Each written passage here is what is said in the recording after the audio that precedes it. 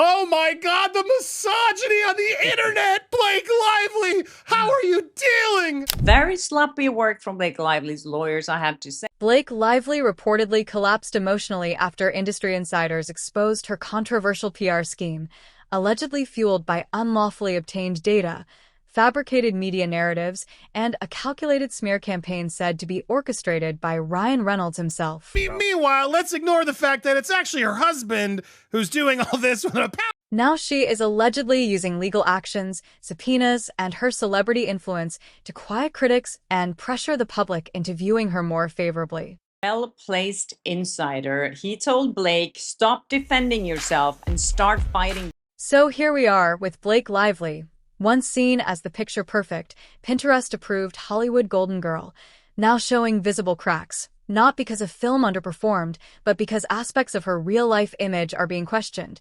And honestly, the persona has started to feel outdated, from the coordinated couple outfits to the carefully curated Instagram presence and the overly rehearsed exchanges with Ryan. It all seemed just a bit too polished, but now that surface is fading, revealing a mix of legal complications and widespread skepticism across the industry, along with reports of around $40 million spent in PR damage control efforts. Saying, if you don't believe Blake Lively, you're anti-feminist. If you don't believe Blake Lively, you're anti-women, and you are a woman hater and a misogynist.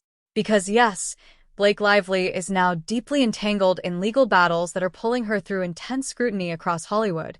And before dismissing this as simple gossip, it is important to note that the discussion involves formal legal filings, insider accounts, reported subpoenas, and coverage from major media outlets, making it far more serious than typical celebrity drama. Instead resembling a significant career crisis, one that many believe she ultimately set in motion herself. That gives me kind of hope that a lot of people are seeing through this whole scam that they're doing right now, trying to convince people that there was SH on the set and that there was actually a smear. Let's start with the basic truth. Her reputation appears severely damaged, no longer seen as the down-to-earth fashion icon she once was, but instead portrayed as an actress who interferes with scripts on set without being asked and exhibits demanding behavior that some critics compare to extreme past celebrity reputations. And this is no longer just rumor, as multiple insiders and individuals who have reportedly worked with her are now describing both Blake and Ryan as very unpleasant to collaborate with, not merely difficult or temperamental, but outright challenging in a more serious way. Horrible person. Both of them are horrible to work with. And I was like, wow, she said that in front of a lot of people. And I was like, wow. And then my colleague was like, wow, we didn't know that because he's always been so nice to journalists. The same Ryan Reynolds who once built a brand around being the funny, self-deprecating everyman now appears very different, as critics claim that image was an act too, while insiders at Sony have reportedly criticized him as arrogant and manipulative, with one representative even stating bluntly that he is horrible as well, which raises the question of how difficult someone must be for a studio used to working with divas daily to express that openly among industry professionals today there. Ryan is a nice guy, that's what we thought.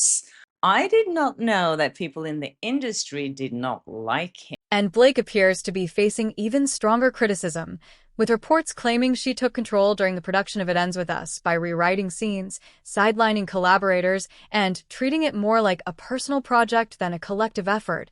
And what is striking is that these claims are no longer seen as mere speculation but are being echoed widely within industry circles, suggesting that insiders are no longer willing to overlook the situation as the carefully managed public image begins to fade, revealing a figure many now view not as a misunderstood star but as someone who pushed boundaries on her own film and then turned to legal action in response to the resulting backlash. The Sony rep said, at least she's not as bad as Blake Lively.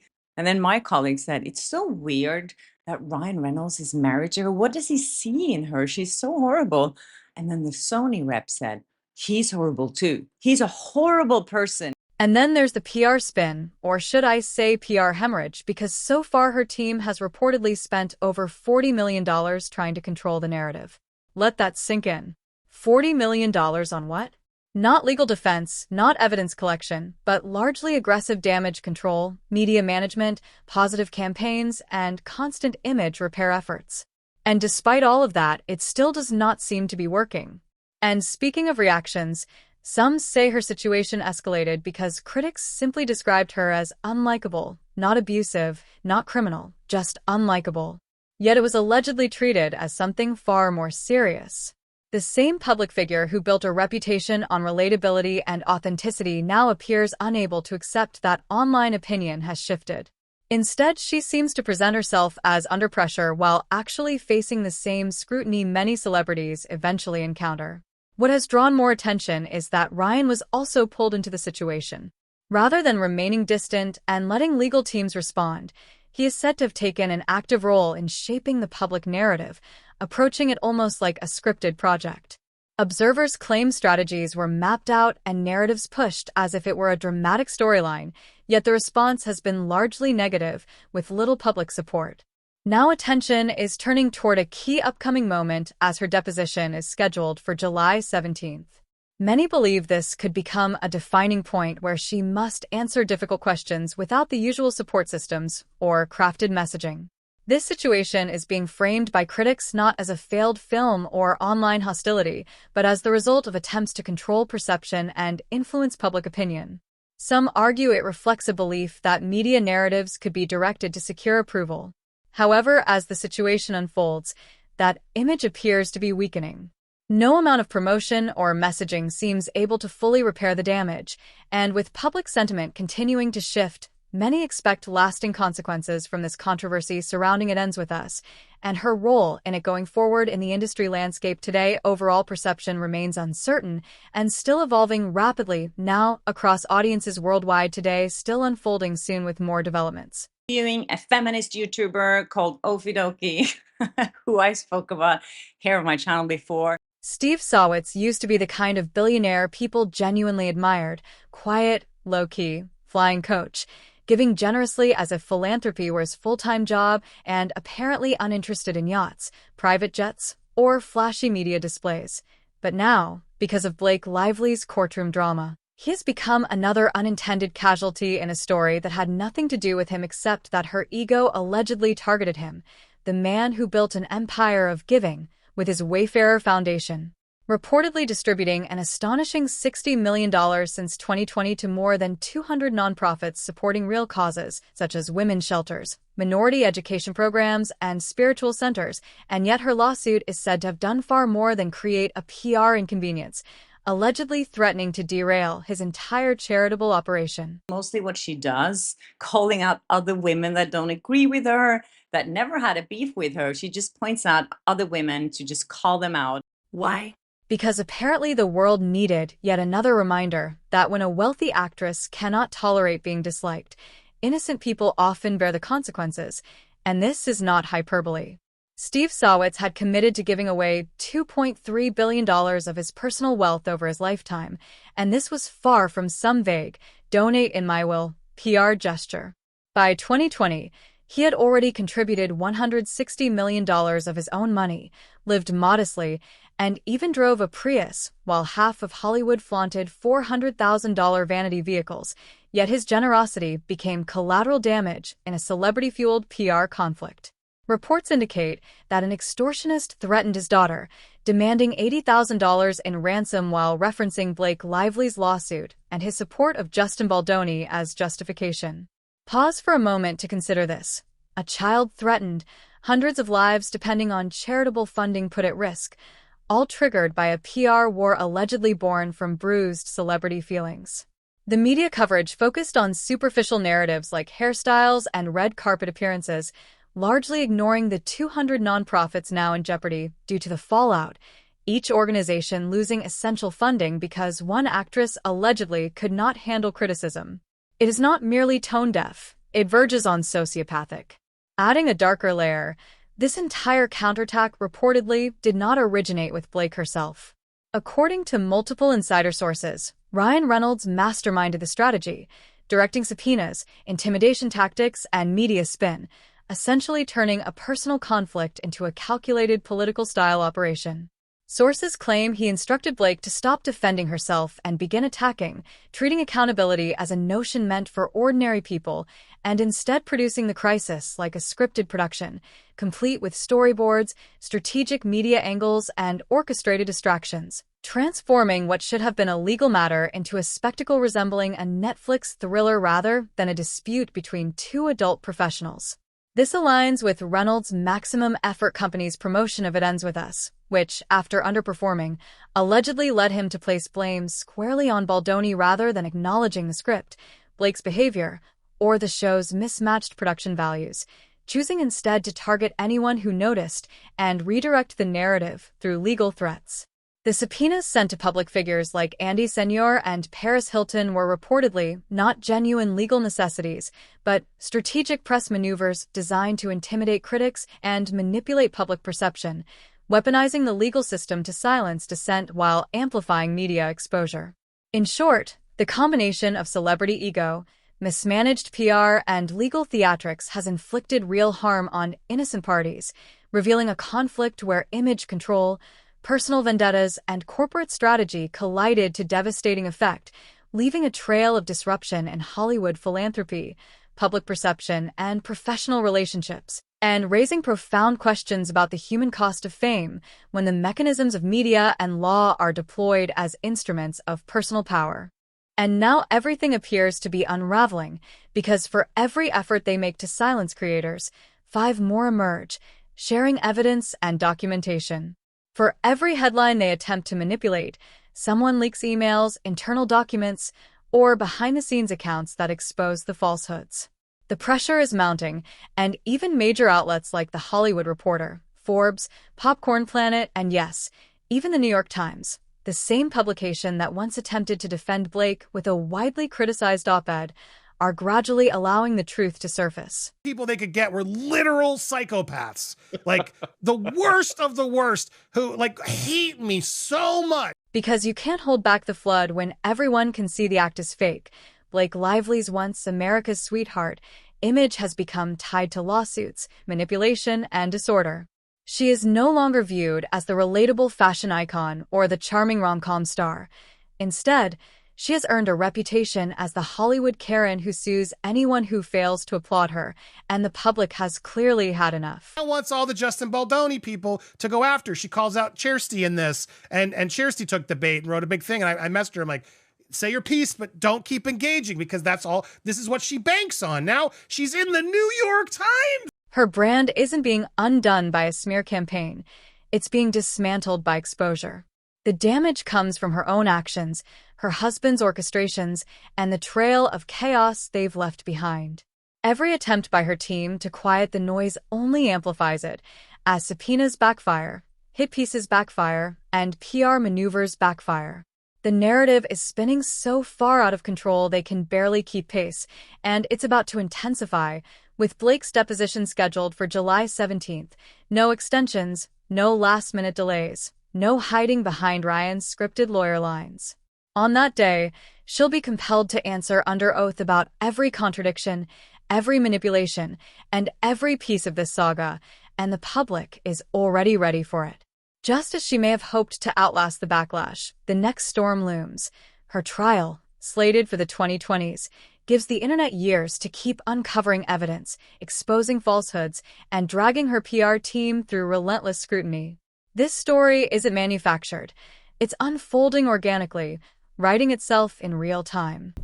Where she's calling out all creators and mommy sleuths, saying that we are just recycling each other's content and making money on it and making anti-Blake Lively content. And despite all the noise, the carefully curated interviews, and the filtered content Blake has produced, the public has already made its judgment. This is not a witch hunt. It's a reckoning. If this were truly about repairing her image, she wouldn't have alienated so much of the industry in the process.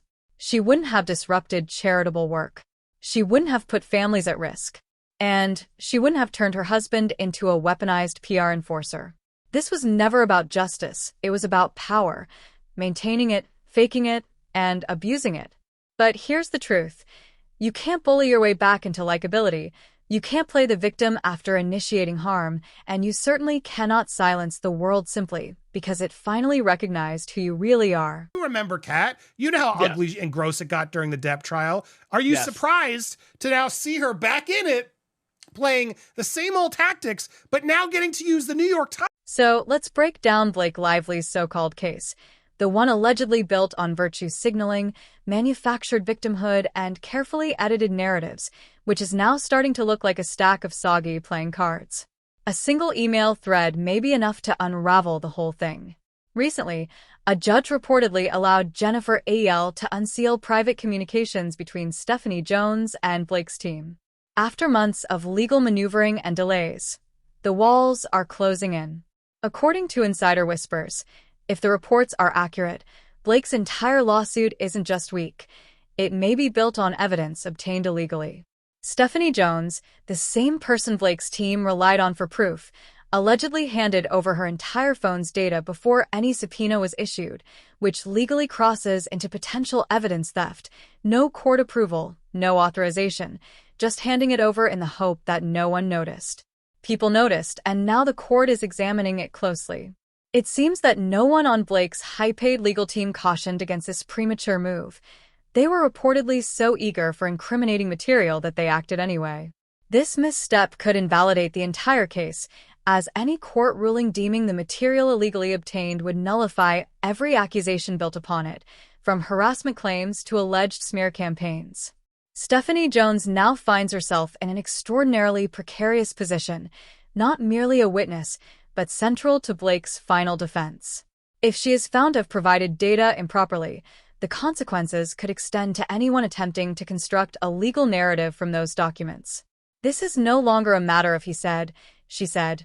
Emails, file logs, and metadata are under scrutiny, and the court is paying close attention. And if that isn't enough, Blake's relationship with the media, particularly the New York Times, adds another layer of complexity.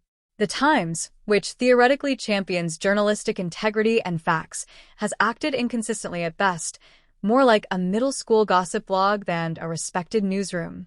Back in the 2020s, before Blake filed her lawsuit, the outlet published 2 scathing hit pieces targeting her, mocking her personal brand, criticizing tone-deaf promotions, ridiculing her Betty Boos campaign, and highlighting wardrobe missteps. They even detailed behind-the-scenes turmoil on the set of It Ends With Us, where Blake reportedly tried to commandeer the production and rewrite scenes as if she were directing the film. Then, months later, the same paper ran a guest op-ed defending Blake, framing the backlash as the result of a misogynistic smear campaign. In reality, the Times had been a primary voice in exposing her public missteps, participating in the very takedown they later claimed to defend her from. The op-ed itself raises further questions about impartiality. The author reportedly had previous conflicts with YouTubers and Johnny Depp supporters, while the central source was an anonymous Twitter account operated by a minor, hardly a credible or verifiable source. This hypocritical approach undermined their credibility, accusing critics of misogyny while previously publishing numerous criticisms and accusations long before the lawsuit existed. Essentially, the Times defended Blake from a backlash they had actively amplified, using questionable sourcing and conflicting narratives. Altogether, Blake's legal and media entanglements are collapsing under the weight of both internal missteps and external scrutiny.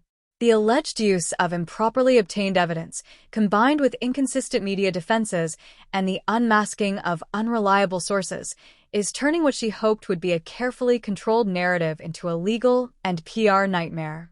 Every attempt to spin or suppress the story appears to backfire, highlighting that the public and the courts are no longer buying the act.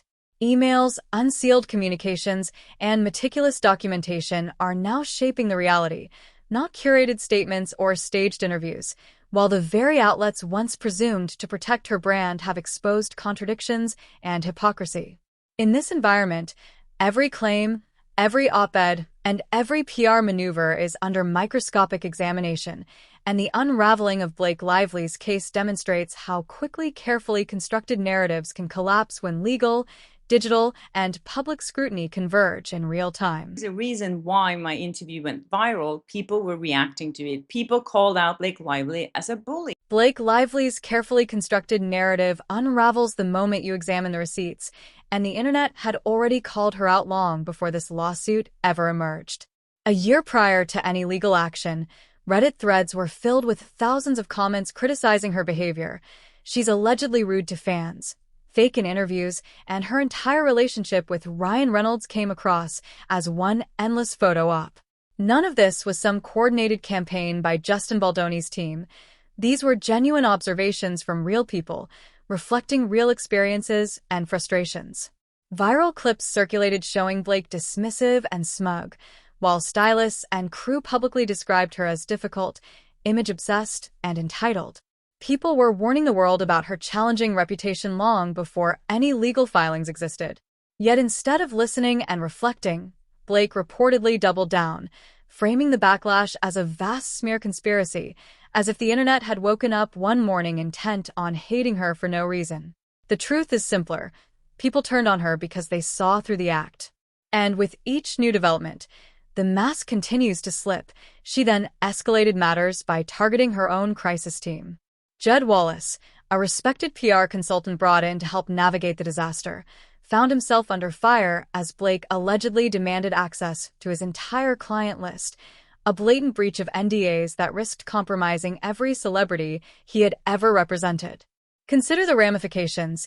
This is a professional whose job is to guide people through scandals, now facing threats to his career simply because Blake wanted to prove that someone somewhere had criticized her online. Such actions inevitably make powerful enemies, particularly in Hollywood, where narrative control is currency. Meanwhile, her publicist, Leslie Sloan, is reportedly battling in court to recover legal expenses, highlighting the internal chaos.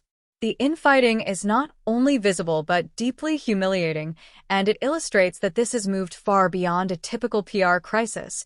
It's a full-scale implosion. Blake allegedly entered this ordeal believing she could sue her way back into public favor, assuming that loud accusations of misogyny would obscure the genuine reasons audiences lost interest. Instead, she has exposed herself, revealing fabricated narratives, media manipulation, and questionable legal strategies. The very people she relied upon are now distancing themselves or actively turning against her. Her legal team is reportedly faltering, her crisis manager's reputation is jeopardized, her publicist is seeking reimbursement, and the internet had already deemed her persona canceled long before any courtroom drama began. The problem, contrary to her claims of a smear campaign, may simply lie with her own actions. For anyone tired of the pretense, the story remains unfolding, the truth is evident, and Blake's carefully curated image continues to crumble under scrutiny, proving that manufactured narratives can only shield a reputation for so long before reality catches up.